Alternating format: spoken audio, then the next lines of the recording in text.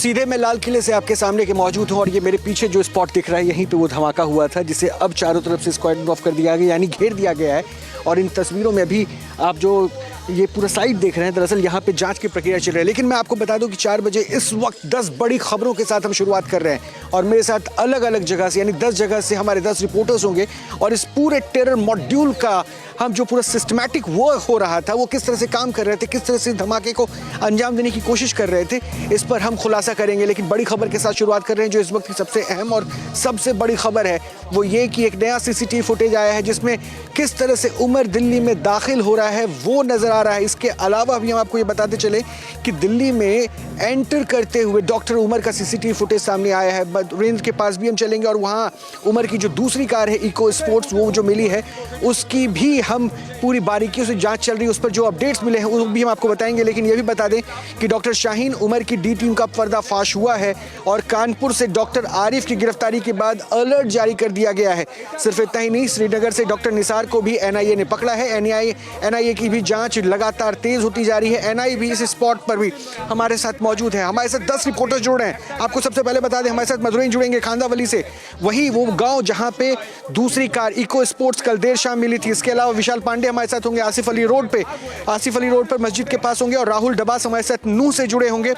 Syed Owais Ali होंगे अल-फलाह से, अविनाश सिंह हमारे साथ होंगे लखनऊ से, श्याम तिवारी होंगे हमारे साथ कानपुर से, फिरदौस लोन होंगे पुलवामा से, खालिद डार होंगे अनंतनाग से और सोहेल गौर होंगे सहारनपुर से। सबसे पहले मदुरई के पास चल रहे। मदुरई, क्या अपडेट आपके पास? कल रात में जब इस इको स्पोर्ट्स को जब उसका पता चला तो वहाँ से क्या जानकारी इकट्ठा हो पाई है?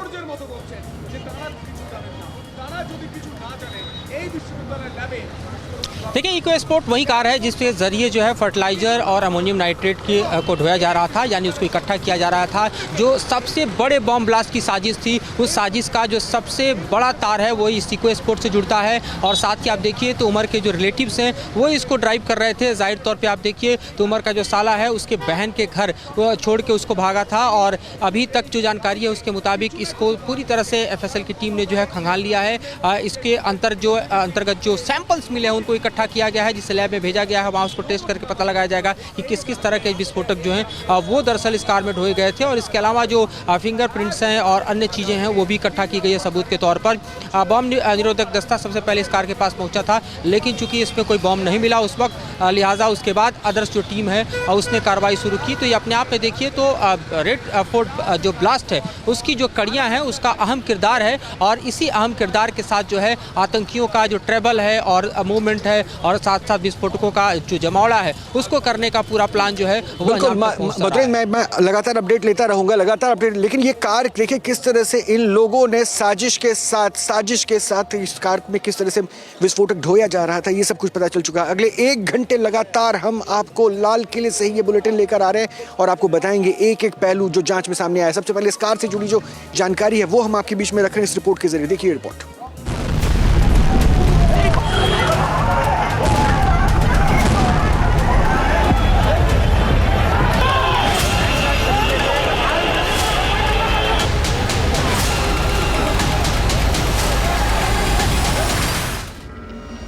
सफेद रंग की कार से विस्फोट किया गया। ब्लास्ट से जुड़े कई पहलुओं की जांच हो रही है। इस कार का एंगल भी सामने आया। सवाल है, क्या रेड कार से सुलझ पाएगी ब्लास्ट की मिस्ट्री? क्या लाल कार से ब्लास्ट का सुराग मिल पाएगा? दिल्ली पुलिस ने लाल किला विस्फोट मामले में एक और चौंकाने वाली कड़ी जोड़ दी। मुख्य आरोपी उमर लाल रंग की Ford EcoSport car Haryana की खंडावली गांव से बरामद हुई। इस इको स्पोर्ट कार का नंबर है DL10CK0458। एनआईए और एफएसएल की टीम कार की जांच कर रही है। खबरों के मुताबिक गाड़ी हरियाणा में उमर के दोस्त के फार्म हाउस से मिली है। बताया जा रहा है उमर के दोस्त से भी पुलिस की पूछताछ चल रही है। दिन में पहले जहां दिल्ली पुलिस ने इस गाड़ी को लेकर अलर्ट जारी किया था, वहीं अब इसका मिल जाना जांच के लिए बड़ा सुराग साबित हो सकता है। दिन में दिल्ली पुलिस ने लाल फोर्ड इको स्पोर्ट को लेकर सभी थानों, चौकियों और सीमावर्ती इलाकों में हाई अलर्ट जारी किया था। पुलिस को शक था कि विस्फोट के संदिग्धों के पास पहले से मिली गाड़ी के अलावा एक और कार थी। इससे पहले इस मामले में जांच तेज करते हुए दिल्ली पुलिस ने उत्तर पूर्वी दिल्ली के नई सीलमपुर इलाके में एक पते पर भी छापेमारी की थी। यहां कार्रवाई लाल रंग की फोर्ड इको स्पोर्ट कार से जुड़े सुरागों के आधार पर की गई थी। माना जा रहा है कि ये लाल इको स्पोर्ट कार दिल्ली धमाकों से जुड़ी है।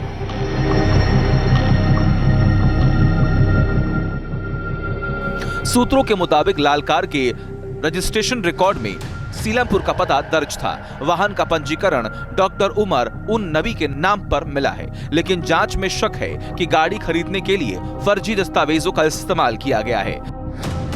दिल्ली के लाल किले के पास हुए बॉम्ब ब्लास्ट के बाद जिस दूसरी लाल कार की तलाश थी, आखिरकार वह कार फरीदाबाद के खंदावली गांव में मिल ही गई।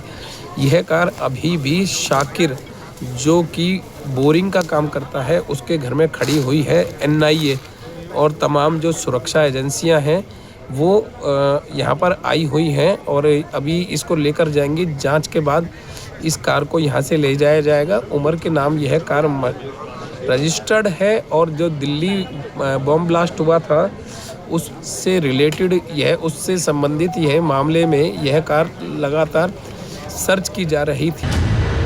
बताया जा रहा है कि कार की आखिरी सर्विस 2024 में श्रीनगर में हुई थी। पुलिस को यह शक है कि गाड़ी को कश्मीर से दिल्ली तक किसी नेटवर्क के जरिए लाया गया था।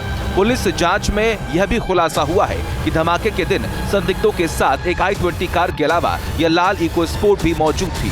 माना जा रहा है कि इस गाड़ी की जांच से कुछ बेहद अहम खुलासे हो सकते हैं। Team news nation.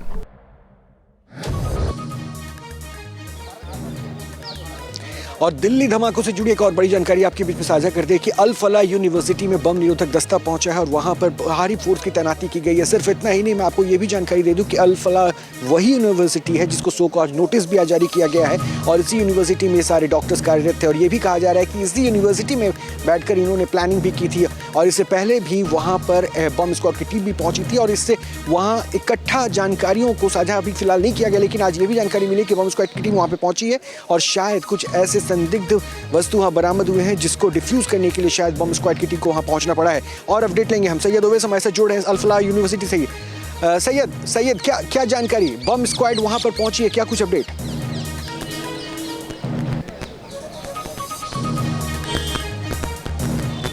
बिल्कुल, देखिए रोहित, बम निरोधक दस्ता अल फलाह यूनिवर्सिटी के अंदर पहुंच चुका है और लगभग 10 मिनट से ज़्यादा का समय हो चुका है।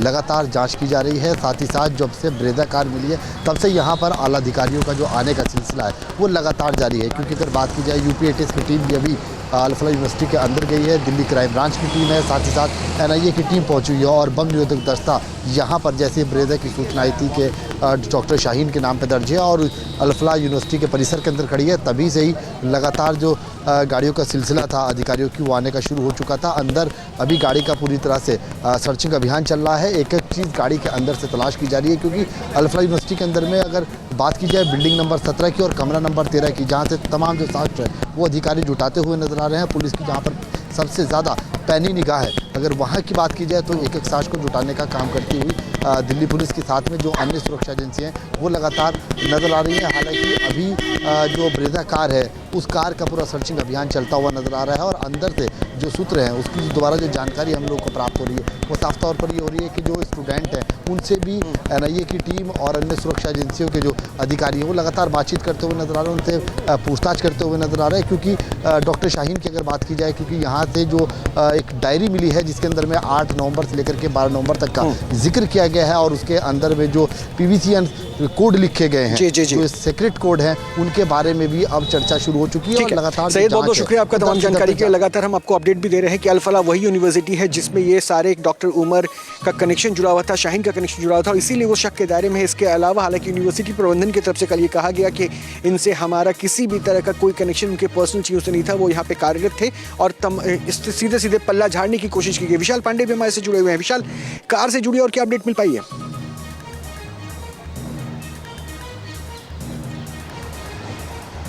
बिल्कुल, देखिए आपको बताएं रोहित की अगर इस पूरे मामले को देखें तो इसका तार लगातार जो है वो कार से जुड़ता हुआ नज़र आ रहा है। सबसे पहले कार की अगर बात करें तो वो स्विफ्ट कार थी जो डॉक्टर शाहीन शहीद के नाम पर जो है वो रजिस्टर्ड थी। उसी कार में पुलिस ने, जम्मू कश्मीर पुलिस ने अल-फलाह यूनिवर्सिटी से एक असॉल्ट राइफल और कई कारतूस बरामद किए। उसके बाद I-20 कार सामने आई जिसका ब्लास्ट में इस्तेमाल किया गया।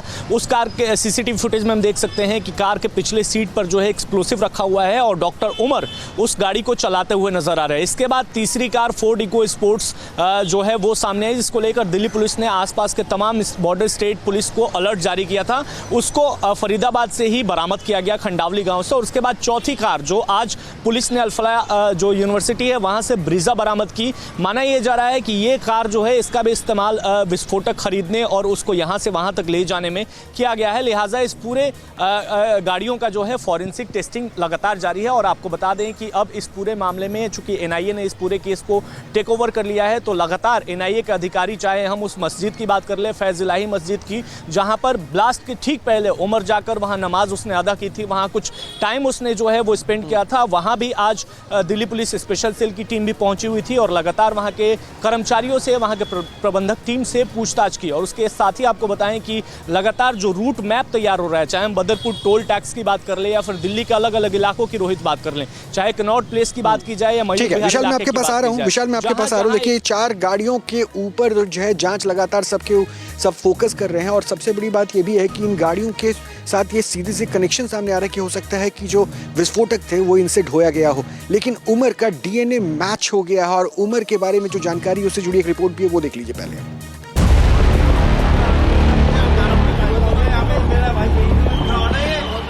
जोरदार धमाका हुआ और पूरा इलाका थर्रा उठा।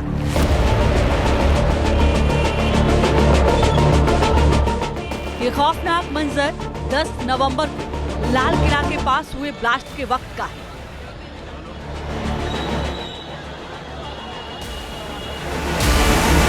धमाके के साथ ही आसपास मौजूद गाड़ियों के परखच्चे उड़ गए, आग की लपटें उठी और पूरा इलाका धुआं-धुआं हो गया।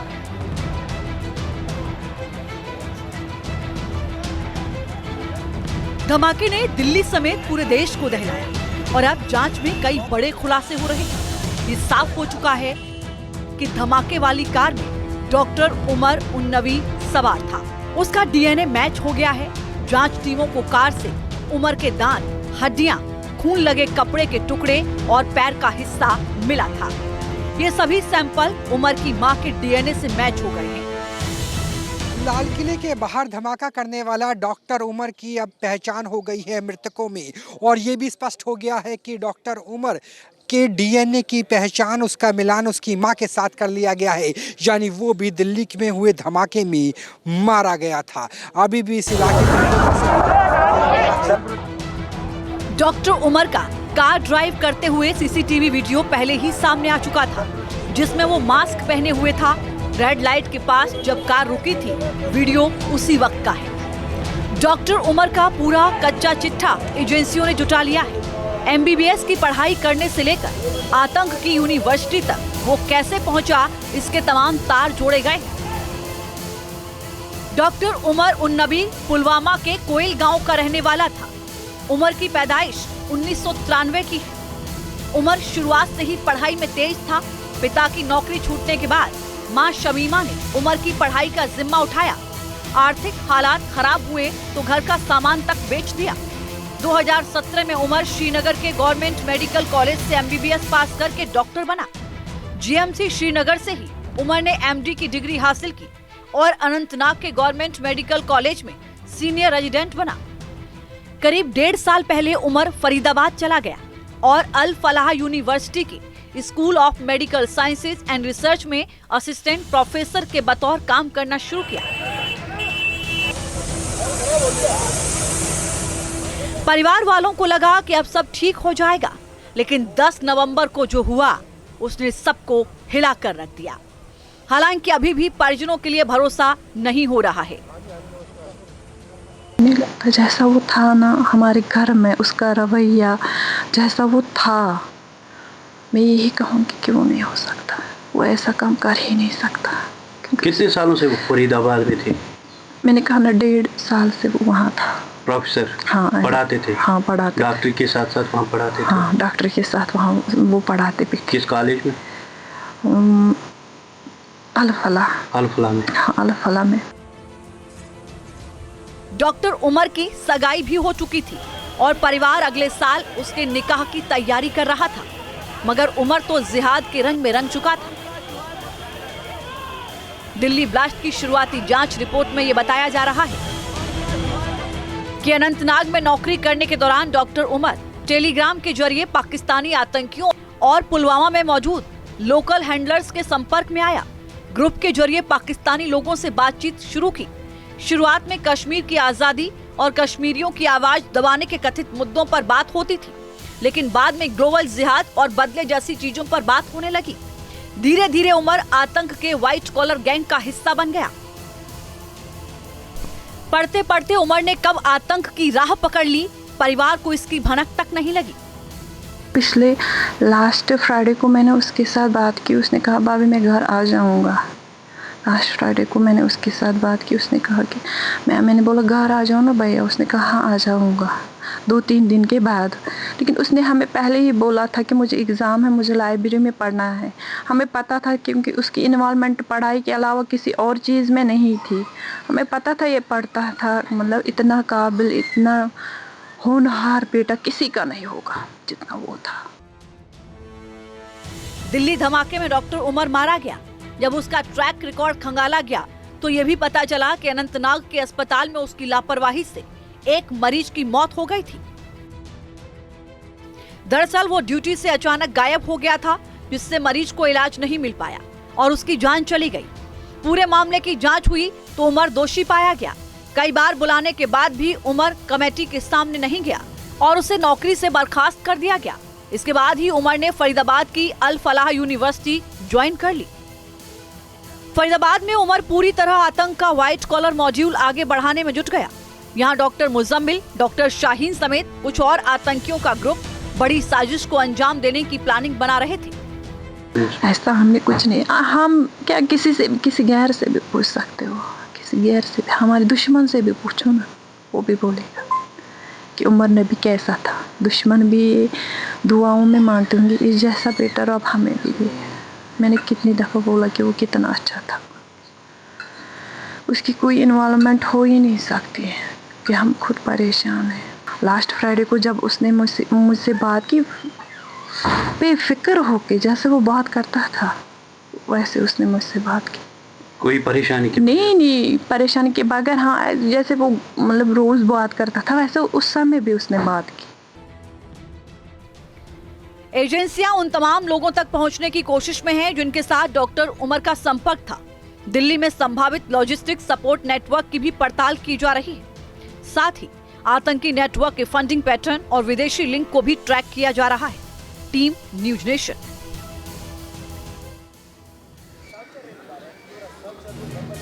ये जो जगह अभी है ना, ये मेरे पीछे देखिए, ये अभी भी वहाँ पर हलचल काफ़ी तेज़ है। और मैं आपको पहले वो स्पॉट दिखा दूँ। ये जो गाड़ियाँ यहाँ पे पार्कड है उसके नीचे देखिए कुछ वहाँ पर मलबा सा पड़ा हुआ है। दरअसल ये वही मलबा है जहाँ पे धमाका हुआ, वही वो स्पॉट है। सामने ये पूरा एरिया सफ़ेद कलर के कपड़ों से ढका गया है। ये दाहिने साइड जो एरिया है जिसे ढका गया है, ये वही जगह है जहाँ पर धमाका हुआ था सोमवार को। और वहीं धमाकों की इंटेंसिटी इतनी ज़्यादा थी कि मेरे ये राइट साइड पे दिगंबर जैन मंदिर है और यहाँ से स्पॉट है जिसपे चांदनी चौक की एंट्री होती है। और यहाँ पे पूरे उस इलाके में जो मलबा था, ये भी बताया गया कि दिगंबर जैन मंदिर के थोड़े आगे जाकर एक हाथ का टुकड़ा भी मिला है। यानी इंटेंसिटी इतनी ज़्यादा थी धमाके की कि वहाँ पे हुआ विस्फोट। लगभग 400-500 मीटर के बाद मीटर तक वहाँ पे उसका मलबा मिला है। अब सोचिए कि इतना बड़ा नेटवर्क, आखिर इस नेटवर्क में कितनी ज़्यादा प्लानिंग चल रही थी। और क्योंकि इन्होंने एक डी कंपनी पूरी तैयार की थी और ये डी कंपनी का कनेक्शन लखनऊ से जुड़ा है, इसलिए यूपी एटीएस के रडार पर अब एक बड़ी सूचना इसी से जुड़ी हुई। यूपी एटीएस के रडार पर अब ये डी कंपनी है और डी कंपनी की लगातार तलाश है। डी कंपनी यानी डॉक्टर्स की पूरी कंपनी थी। इन्होंने कोडवर्ड भी दे रखा था। इन्होंने हार्ट सर्जरी के साथ साथ अलग अलग डिपार्टमेंट को लेकर एक कोडवर्ड दे रखा था। अविनाश और अपडेट देंगे। अविनाश हमारे साथ जुड़े हुए। अविनाश, ये डी कंपनी यूपी एटीएस जब इस पर खंगाल रही है तो क्या अपडेट और मिल पाया है?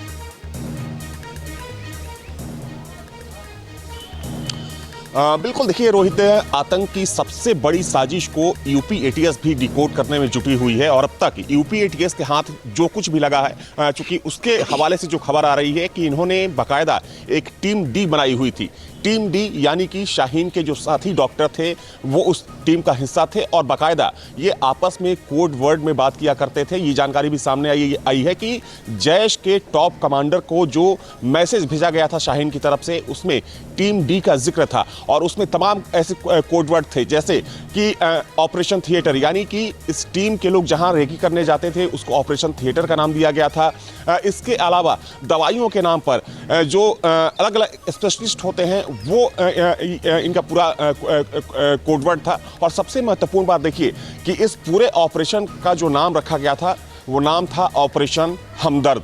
हमदर्द नाम इसलिए रखा गया था क्योंकि जो भोली भाली लड़कियां होती थी या फिर जो कट्टर मानसिकता की लड़कियां होती थी उनको हमदर्दी दिखाकर, उनको हमदर्दी में लेकर ये एक आतंक की राह पर ले जाने की कोशिश करते थे। और बाकायदा 3 अलग अलग कैटेगरी बनाई गई थी रोहित, जिसमें कि जो पहली कैटेगरी थी लड़कियों की, उन लड़कियों की कैटेगरी थी जो आर्थिक रूप से काफ़ी कमज़ोर होती थी, उनको पैसे का लालच दिया जाता था और उनको इस टीम का हिस्सा बनाया जाता था।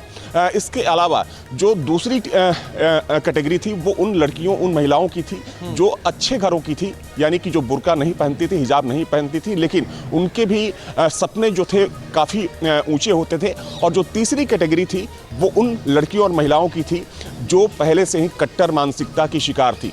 तो ये पूरा ऑपरेशन का प्लान था। हालांकि अब यूपी एटीएस इस पूरे नेक्सस को निस्तानाबूद करने में जुट गई है। रोहित,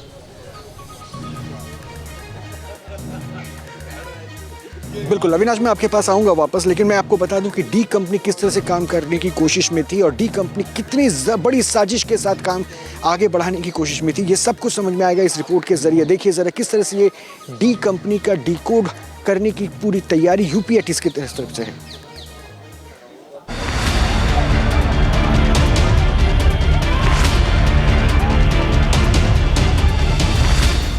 जुलाई में तैयार दावत वाली बिरयानी, दिसंबर में था मैडम सर्जन का शोभाए दावत प्लान। मुजम्मिल की डायरी से खुला पैकेज और शिपमेंट का राज, टीम बी के लिए कोड ऑपरेशन और इलाज। दिल्ली धमाके में इस्तेमाल साजिश के कोड वर्ड डिकोड किए गए। दिल्ली को दहला देने वाला वो धमाका जो सिर्फ एक ब्लास्ट नहीं बल्कि एक सुनियोजित आतंकी साजिश का हिस्सा था। 10 नवंबर की शाम Lal Qila metro gate number 1 के पास I-20 कार में धमाका, 13 जिंदगियां छीन गई, 30 से ज्यादा लोग घायल। लेकिन अब खुलासा हो रहा है कि आतंकियों ने अपनी साजिश को अंजाम देने के लिए कोड वर्ड्स का इस्तेमाल किया, यानी वो कोड्स जो बेगुनाहों की मौत का पैगाम थे।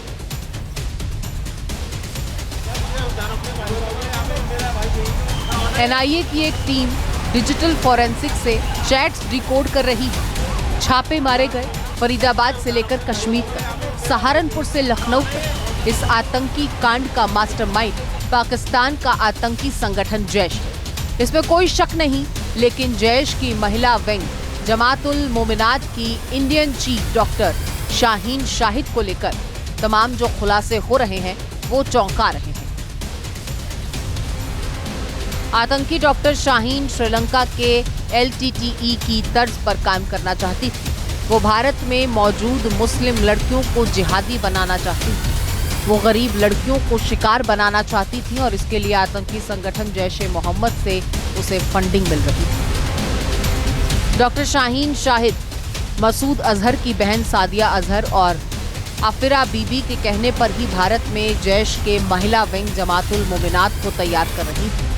सूत्रों की माने तो डॉक्टर शाहीन शाहिद का जैश के चीफ मसूद अजहर के भतीजे उमर फारूक की बीवी आफिरा बीबी के बीच कनेक्शन पता चला है। जांच में यह भी पता चला है कि जैश के आतंकियों ने डॉक्टर शाहीन शाहिद के नाम के लिए एक कोड दिया था। जैश ने डॉक्टर शाहीन का नाम दिया था मैडम सर्जन। ऑपरेशन से जुड़े आतंकी उसे इसी नाम से जानते थे।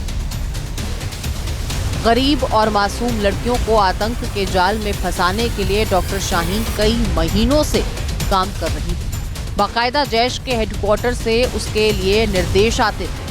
युवा मुस्लिम लड़कियों और मुस्लिम महिलाओं से हमदर्दी दिखाकर दहशतगर्दी की तरफ ले जाने वाले ऑपरेशन का नाम रखा गया था ऑपरेशन हमदर्द। इस ऑपरेशन हमदर्द के तहत डॉक्टर शाहीन एक बड़ी प्लानिंग पर काम करना चाह रही थी, जिसके लिए 3 कैटेगरी में इस ऑपरेशन को बांटा गया था। पहली कैटेगरी लड़कियों को रखा गया जो आर्थिक रूप से बेहद कमजोर थे, उन्हें पैसे देकर दहशतगर्दी के रास्ते पर लाने की प्लानिंग। दूसरी कैटेगरी उन मुस्लिम लड़कियों के लिए थी जो आम तौर पर बुर्का नहीं पहनती थी और उनकी ख्वाहिशें बड़ी थी। उन्हें विदेश जाने के ख्वाब दिखाए गए, ऐशो आराम की जिंदगी का वादा किया गया। तीसरी कैटेगरी उन मुस्लिम लड़कियों के लिए थी जो विचारों से कट्टरपंथी थी और जो आराम से जिहाद के रास्ते पर आ जाती थी। तो वहीं यूपी एटीएस डॉक्टर शाहीन की इसी साजिश को पूरी तरह से डिकोड कर चुकी है। एटीएस अब शाहीन की उस टीम तक पहुंचने की कोशिश कर रही है जिसका आतंकी ब्रिगेड ने नाम रखा था टीम डी।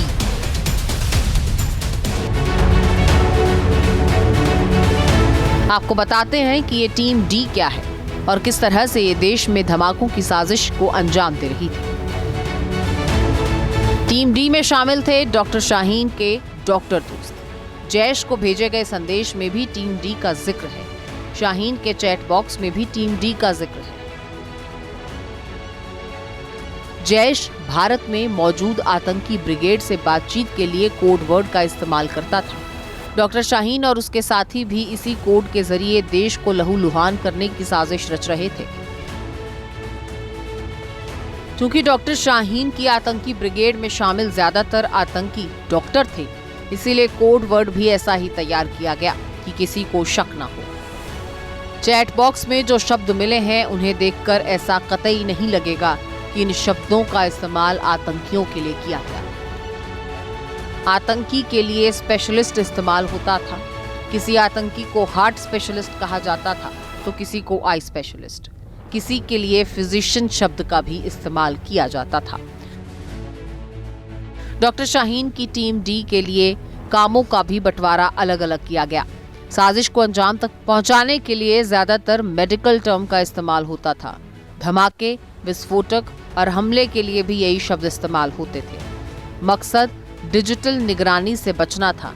कोड वर्ड पहले से ही आतंकी वारदातों में देखे जा चुके हैं, लेकिन इस बार मेडिकल टर्म्स के इस्तेमाल ने जांच एजेंसियों को चौंका दिया है।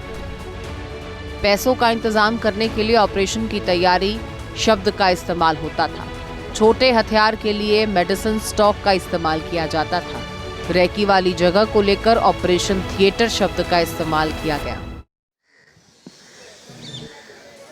तो हम आपको ये भी बता दें कि मैं खुद लाल किले पे मौजूद हूँ। लाल किले पे मैं उसी जगह पर मौजूद हूँ जहाँ पर धमाका हुआ था। अभी भी देखिए वहाँ पे हलचल तेज़ दिख रही है। कुछ जांच अधिकारी वहाँ पे पहुँचे हुए उस स्पॉट पर जहाँ पर वो फिलहाल उस इलाके का मुआयना कर रहे हैं। वो जानकारी को शायद कुछ इकट्ठा कर रहे हैं। महिला अधिकारी भी साथ में मौजूद है और वह भी फिलहाल उस स्पॉट पे जहाँ पे धमाका हुआ था वहीं ये लोकेशन है और उस इंडिकेशन से उस लोकेशन के आसपास जो पूरा इलाका दिख रहा है वहाँ पर अभी भी गाड़ियों के कुछ हिस्से बिखरे हुए हैं। कुछ वहाँ पे ऐसे पार्टिकल्स नज़र आ रहे हैं जो धमाके के बाद डैमेज होकर इधर उधर बिखरे थे।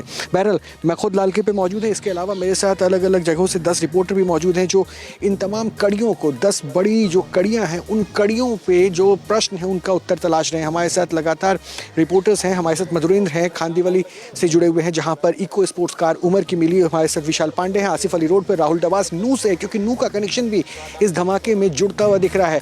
नू का कनेक्शन भी लगातार यहाँ पर जुड़ता दिख रहा है। एक बड़ी जानकारी ये भी साझा कर दे कि नू का कनेक्शन भी यहाँ पे दिखा है और नू में गिरफ्तारी भी की गई है। खाद विक्रेता है दिनेश अग्रवाल उर्फ डब्बू जिसे गिरफ्तार किया गया है और ये बताया जा रहा है कि दिनेश अग्रवाल उर्फ डब्बू ही वो है जो आतंकियों ने डब्बू से ही फर्टिलाइजर खरीदा था। राहुल डबास हमारे से जुड़े हुए और अपडेट देंगे। राहुल, क्या जानकारी, नू का कनेक्शन कैसे सामने आ रहा है?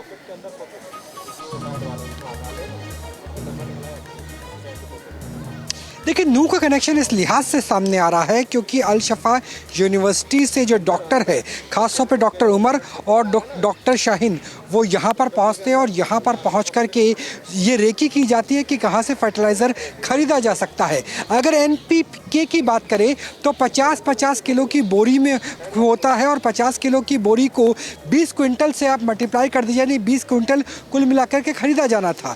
जो यहाँ पर नू का डिस्ट्रिक्ट हेडक्वार्टर्स है, वहाँ से 35 किलोमीटर दूर उस दिनेश की दुकान है, जिस दिनेश की दुकान से इसको पेस्टिसाइड्स के तौर पर खरीदा गया था, फर्टिलाइज़र के तौर पर खरीदा गया था। फर्टिलाइज़र की जितनी बड़ी दुकानें हैं, तमाम दुकानों का वीडियो बनाया गया हरियाणा पुलिस के द्वारा और वो वीडियो भेजा गया था। उसके बाद आगे मुजम्मिल के पास, डॉक्टर मुजम्मिल के पास, जो जम्मू कश्मीर की पुलिस की गिरफ्त में है, और ये पता किया गया कि किस दुकान से खरीदा था। फिर पता चला कि डब्बू की दुकान से, यानी दिनेश की दुकान से वो फर्टिलाइज़र खरीदा गया था और उसके बाद यहाँ से ही वो कच्चा माल मिला। दरअसल रोहित, जिस कच्चे माल के ज़रिए अमोनियम नाइट्रेट बनाया गया, और अमोनियम नाइट्रेट भी इतने बड़े पैमाने पर कि भारत के कई बड़े शहरों को दहलाने की कोशिश की गई थी। तो नूह का तार जुड़ा हुआ नजर आ रहा है। गुरुग्राम और 4 कुल मिलाकर के जिले हैं। गुरुग्राम से HR 26 नंबर की गाड़ी थी, I-20, नूह का, फरीदाबाद जहाँ यूनिवर्सिटी है, अम्बाला जहाँ पे गाड़ी को कई बार बेचा गया। तो हरियाणा के अलावा दिल्ली, उत्तर प्रदेश, जम्मू कश्मीर, कई राज्य हैं इस पूरे टेरर नेटवर्क को लेकर के। जी रोहित।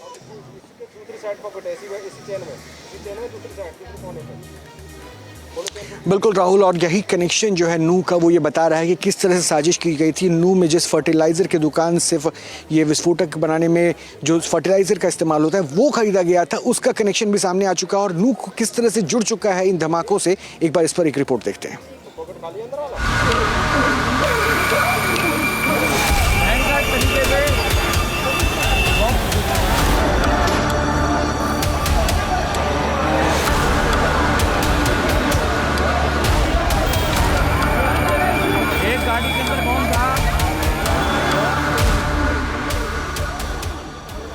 दिल्ली को दहलाने वाले आतंकियों की खौफनाक साजिश।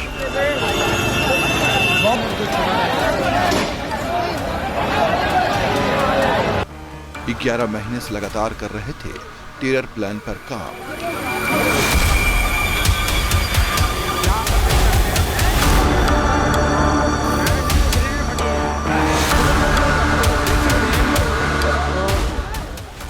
सीरियल ब्लास्ट की थी तैयारी, तारीख और लोकेशन भी कर ली थी फिक्स।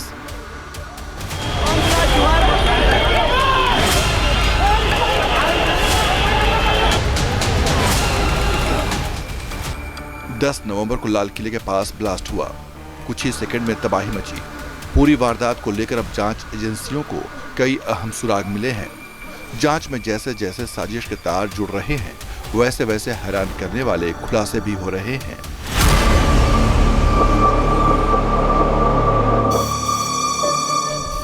डायरी में छिपे काले राज।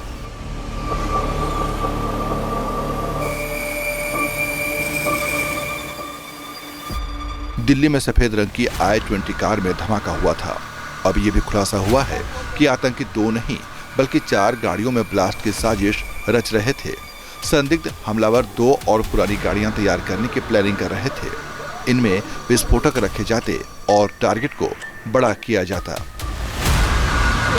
डायरी से मिली जानकारी के मुताबिक आतंकी विस्फोटक के लिए शिपमेंट और पैकेज कोड वर्ड्स का इस्तेमाल किया गया है। डायरी में 8 से 12 नवंबर का जिक्र है, जो ये संकेत देता है कि उस बीच कुछ प्लान था।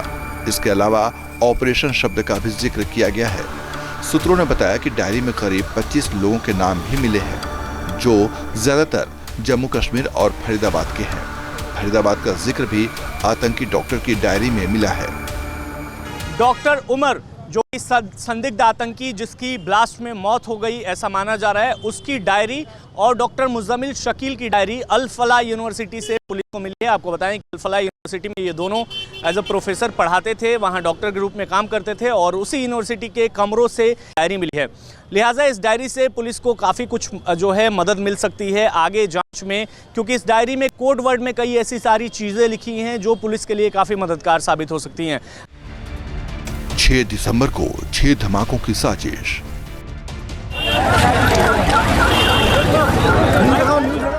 दिल्ली धमाके की जांच में जुटी एजेंसियों को आतंकियों की बड़ी साजिश के बारे में जानकारी मिली है। मुजम्मिल और उमर लगातार इस तरह का काम कर रहे थे जिससे दिल्ली को बुरी तरह दहलाया जाए। सूत्रों के मुताबिक आतंकियों ने 6 दिसंबर को 6 अलग-अलग लोकेशन पर ब्लास्ट करने की साजिश रची थी। इसे लेकर ही लगातार काम चल रहा था। फरीदाबाद के अल फलाह यूनिवर्सिटी को आतंक का अड्डा जो है वो बनाया गया था और मैसेज कहीं ना कहीं एक देना चाहते थे पूरे देश में।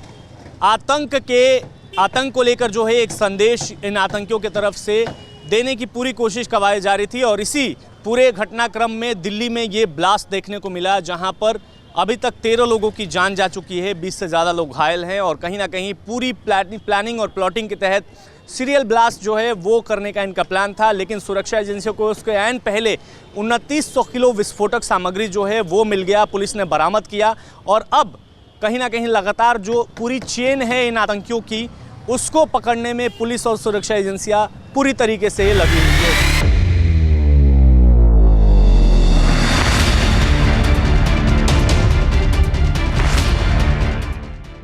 आतंक का फरीदाबाद मॉड्यूल पूरी तरह से हमला करना चाहता था। सूत्रों के मुताबिक इसके तहत वो दिल्ली एनसीआर में घातक सीरियल विस्फोटक धमाके करना चाहते थे। इसके लिए 5 फेज वाला प्लान तैयार किया गया था। पहले चरण में जैश ए मोहम्मद और अंसार गजवात उल हिंद से जुड़ा एक टेरर मॉड्यूल तैयार किया जाना था। इसके बाद नूह और गुरुग्राम जैसे इलाकों से ही आईईडी तैयार करने के लिए कच्चा माल खरीदने की साजिश थी। इसके बाद केमिकल आईईडी तैयार और टारगेट की रेकी करने का प्लान था। बाद में मॉड्यूल के सदस्यों तक विस्फोटक पहुंचाया जाना था। इनके जरिए आतंकी 5-6 जगहों पर ब्लास्ट को अंजाम देने की साजिश रच रहे थे।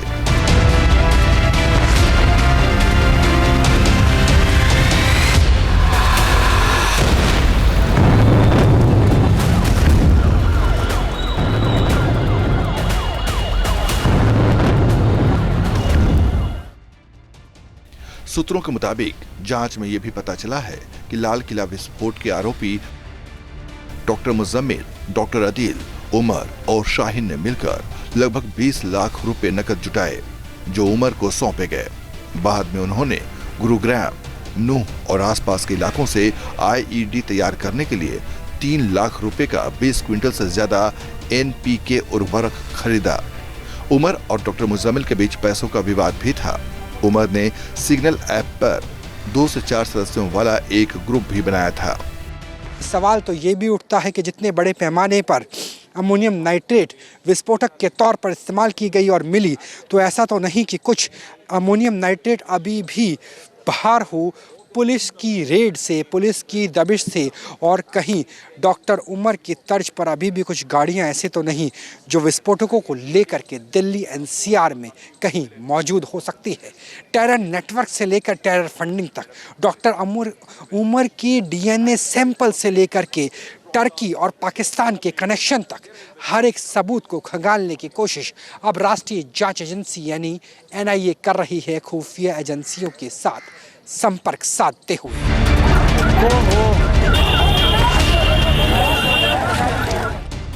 8 आतंकी और 4 लोकेशन। जांच में एक और चौंकाने वाला खुलासा हुआ है।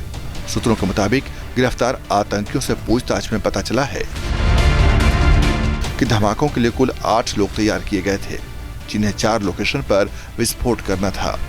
2-2 लोगों के ग्रुप को एक बड़े शहर का टारगेट दिया गया था।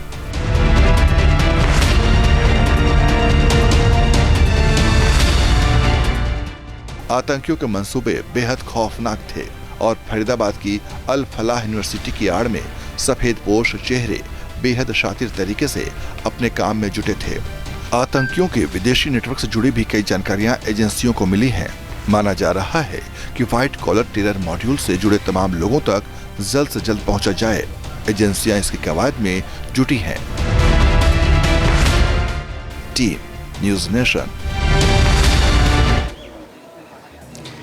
तो दिल्ली धमाकों की साजिश का कनेक्शन अनंतनाग से भी जुड़ता जा रहा है, क्योंकि अनंतनाग में ही वहां पर डॉक्टर आदिल की पोस्टिंग होती है। डॉक्टर आदिल के लॉकर से AK-47 बरामद की जाती है और डॉक्टर आदिल के उस नेटवर्क के सामने आने के बाद लगातार पुलिस को सुराग मिलने लगते हैं और उसके बाद धीरे धीरे वो कनेक्शन आगे पहुंचते हैं और पुलिस और जांच एजेंसीज लगातार अपने खुफिया तंत्र के जरिए उनके नेक्सस तक पहुंचने लगती है और ये अनंतनाग कनेक्शन भी सामने आया है। मेरे साथ खालिद डार भी है, उनके पास चलेंगे, लेकिन एक और बड़ी जानकारी है वो भी हम पहले दे दें।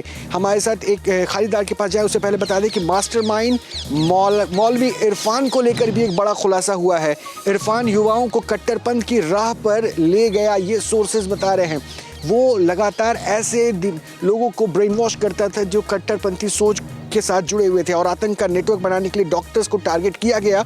इरफान ने बम बनाने के लिए सामान और पैसों का भी इंतजाम किया था। खालिद जुड़ चुके हैं। खालिद, इरफान और इसका कनेक्शन, ब्रेन वॉश का काम और लगातार कट्टरपंथी सोच के साथ लोगों को जोड़ना, क्या पूरा नेक्सस चल रहा था? देखिए, बिल्कुल अगर इरफान मौलवी की बात करेंगे तो इरफान मौलवी से ये यहाँ पे शुरू होता है। लेके फरीदाबाद तक जो है ये टेरर जो है ये शुरू हुआ था, क्योंकि अगर इरफान करेंगे तो पहले इरफान के जहाँ पे वो मस्जिद में, नौगाम मस्जिद में इमामत कर रहा था, वहाँ पे बच्चों को दरगाह में जो है पढ़ा रहा था, वहाँ पे कुछ पोस्टर जो है वो पाए गए थे। उसके बाद एसएसपी श्रीनगर ने बाकायदा तौर पर छानबीन की है। छानबीन के दौरान जब इरफान को जो है कस्टडी में लिया गया तो उसके बाद उसको पूछताछ के लिए जो है बोला गया था। पूछताछ के बाद वहाँ पे जो है दूसरा सुराग जो है वो जीएमसी अनंतनाग से निकल के सामने आ रहा था, जो कि डॉक्टर आदिल हुसैन जो है उसके लॉकर में AK-47 जो है उसको सीज किया गया है। लेकिन उसके बाद पूरी तरीके से डॉक्टर आदिल और जो इरफान है उनको कस्टडी में लिया गया है, तो उनको पूछताछ जो है वो यहाँ पे शुरू की गई है। पूछताछ के दौरान जो है यहाँ पे बड़े खुलासे जो है वो सामने आए थे। जिस तरीके से डॉक्टर उमर और डॉक्टर मुजम्मिल की बात करेंगे तो उसके बाद डॉक्टर उमर और डॉक्टर मुजम्मिल जो है वो इसमें नजर आए थे। बाद में उनको भी जो है डिटेन किया गया था, उनकी फैमिली को डिटेन किया गया है। तो डिटेन के दौरान जो है जब पूछताछ शुरू की गई तो जो आतंकी मास्टरमाइंड था वो डॉक्टर मुजम्मिल और डॉक्टर उमर जो है वो इसमें नजर आ रहा है। लेकिन इसी तरीके से जो अलग अलग छानबीन जो है वो बाकायदा तौर पर यहाँ पे हो रही है। बहुत खालिद आप बने रहिए, मैं आपके पास वापस आऊंगा। खालिद, मैं आपके पास वापस आऊंगा, लेकिन इरफान किस तरह से अपने एक नेक्सस को तैयार करने की कोशिश कर रहा था, किस तरह से वो ब्रेन वॉश करता था, इससे जुड़ा एक रिपोर्ट हम आपको दिखाते हैं। देखिए जरा।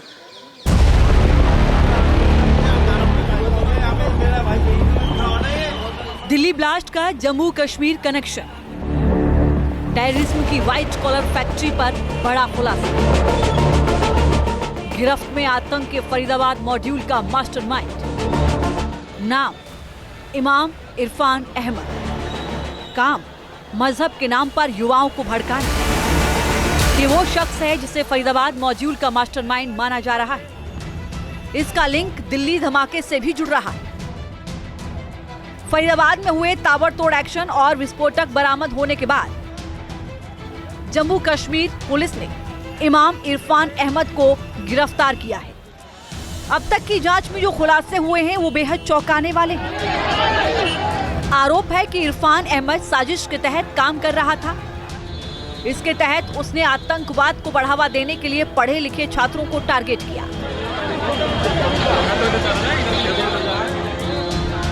जानकारी के मुताबिक इरफान अहमद जम्मू कश्मीर के शोपिया का रहने वाला है।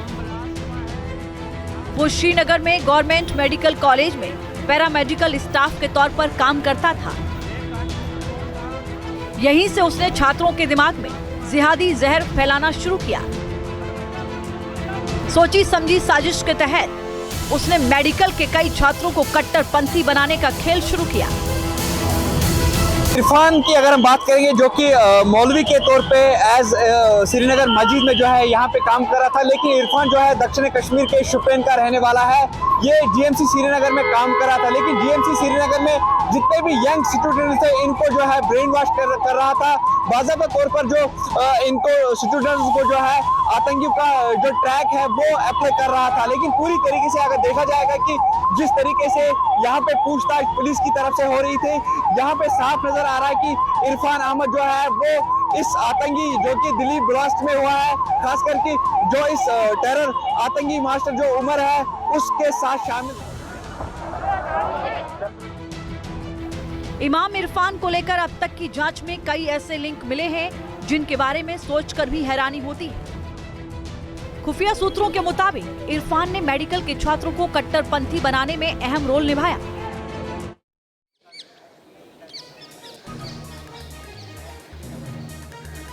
अब आपको एक जानकारी और दे देते हैं कि जैश का कनेक्शन उमर के साथ जुड़ता हुआ सामने आ रहा है और ये पूरा कनेक्शन जो नेटवर्क है उसका किस तरह से वो जैश से जुड़ा ये भी जानकारी मिल रही है, क्योंकि हमें ये भी पता चल रहा है कि पुलवामा में जो दिल्ली बम धमाके थे उसको वो पुलवामा से भी कनेक्टेड है और पुलवामा के कोयल गाँव में से डॉक्टर उमर का नाता था।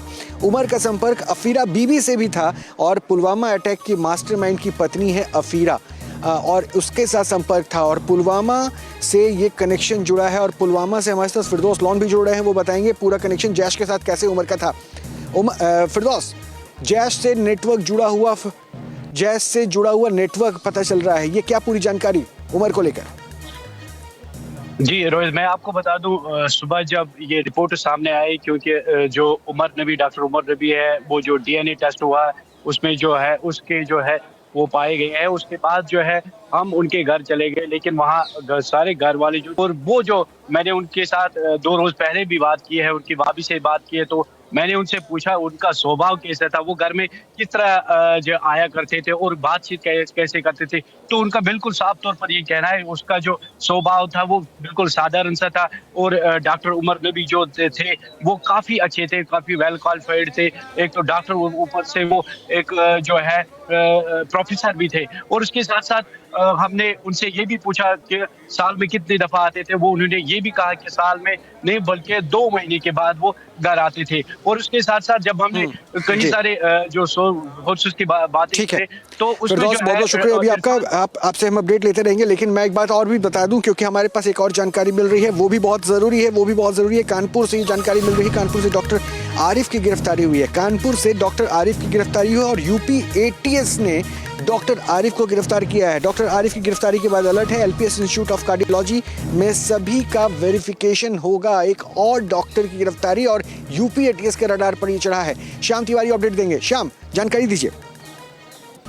देखिए, आपको बता दें जिस तरीके से शाहीन का कनेक्शन कानपुर से निकल करके सामने आया, उसके बाद एजेंसियां एक्टिव हो गई थी। तमाम एजेंसियों ने कानपुर में निगाह गड़ा रखी थी और डॉक्टर शाहीन के तमाम करीबियों पर शिकंजा कसने की कार्रवाई चल रही थी, क्योंकि डॉक्टर शाहीन ने लंबे समय तक कानपुर में रह करके GSPM मेडिकल कॉलेज में बच्चों को पढ़ाने का काम किया था। इस दौरान जब वो यहाँ पर रही, तो तमाम ऐसी जगह थी जहाँ पर वो लगातार जाया करती थी। इसी सिलसिले में कानपुर पुलिस ने भी काम किया और कई लोगों को हिरासत में लेकर के पूछताछ किया। लेकिन अचानक से ATS यूपी भी हरकत में आई और जो कार्डियोलॉजी यहाँ पर इंस्टीट्यूट है वहाँ से आरिफ मोहम्मद को गिरफ्तार किया गया। उसे ATS अपने साथ में लेकर के गई, उसे इंस्टीट्यूट से गिरफ्तार किया गया और उसके बाद ATS उसके घर पर पहुंची। घर पर पहुंचने के बाद तमाम चीजों को खंगाला गया, जो जरूरी चीजें थी ATS की वो अपने साथ में लेकर के गई है। बताया जा रहा है कि ATS की जांच में जो निकल करके सामने आया, सूत्रों के मुताबिक इनके जो बात करने का तरीका था वो निकल करके सामने आया है। ये बहुत जरूरी हो जाता है बताने कि कानपुर में किस तरह से यूपी ATS के रडार पर ये आरिफ चढ़ा, डॉक्टर आरिफ। और दूसरी तरफ देखिए, सहारनपुर एक ऐसे लोकेशन को ये तैयार कर रहे थे जहां पर टेरर नेटवर्क को खड़ा करने की कोशिश चल रही थी। यानी शहर से थोड़े से अलग सहारनपुर का वो इलाका इन्होंने तय किया था जहां पर टेरर कैंप तैयार करना था, जहां पर आतंकियों को की ट्रेनिंग करानी थी और वो चाह रहे थे कि ज़मीन के नीचे वो टेरर कैंप बनाया जाए ताकि लोगों की नज़रों से दूर भी रहे और वहाँ से वो टेरर की फैक्ट्री तैयार करें। और डॉक्टर आदिल को ये भर्ती की जिम्मेदारी भी दी गई थी। सोहेल गौर और अपडेट देंगे। सोहेल, टेरर नेटवर्क का सेंटर तैयार करना था सहारनपुर में, इससे जुड़े क्या जानकारी? और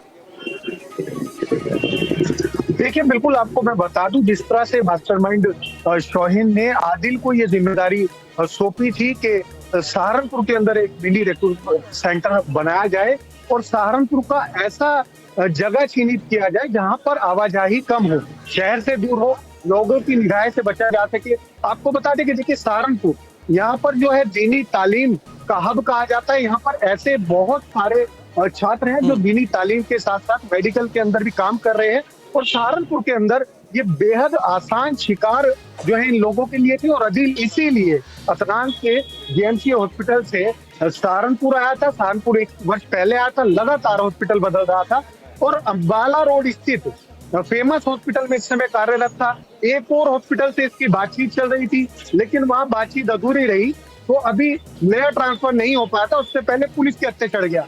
बड़ी नहर के नजदीक एक छोटा सा कमरा लेकर ये किराए पर रह रहा था। सोहेल, अभी शुक्रिया आज आप आपका। लेकिन न्यूज़ नेशन की ये पड़ताल और न्यूज़ नेशन लगातार जानकारी इकट्ठा करके अपने दर्शकों के बीच पहुंचाता रहेगा। लेकिन मैं आपको फिर से बता दूं कि मैं उसी लाल किले पर मौजूद हूं, लाल किले पर जहां पर ये धमाका हुआ था। और ख़ास बात ये भी है कि जिस वक्त मैं यहाँ पे खड़ा हूँ, ये लाल किला का वो इलाका है जिस सड़क पर शायद खड़ा हो पाना भी संभव नहीं है, इतनी ज़्यादा ट्रैफिक होती है। लेकिन आज यहाँ पे सन्नाटा पसरा हुआ है और पुलिस के लगातार बैरियर्स, कैंप लगे हुए हैं और पुलिस के साथ साथ कई सुरक्षा एजेंसीज यहाँ पर मौजूद हैं। ये चांदनी चौक इलाका है, भीड़ भाड़ वाला पूरा इलाका है। इस इलाके में हमेशा गहमा गहमी रहती है और उस दिन भी सोमवार का दिन था। हालांकि सोमवार को लाल किला परिसर बंद रहता है, लेकिन फिर भी चांदनी चौक चूँकि सामने है, यहाँ पे काफ़ी भीड़ था। इस सड़क पर ही आवाजाही चल रही थी जहाँ पर मैं मौजूद हूँ और इस सड़क की दूसरी साइड उस लोकेशन पर ही अचानक से धमाका होता है और धमाका होने के बाद जो तस्वीर सामने आती है वो विभत्स करने वाली होती है। और तमाम अपडेट हम आपकी पहुँचाते रहेंगे। 10 रिपोर्टर हमारे साथ जुड़े थे, बहुत बहुत शुक्रिया आप सभी का। हम लाल किले से आपके पास ये लाइव बुलेटिन लेकर आ रहे थे, तमाम अपडेट पहुंचाते रहेंगे। अभी के लिए यहाँ से इतना ही।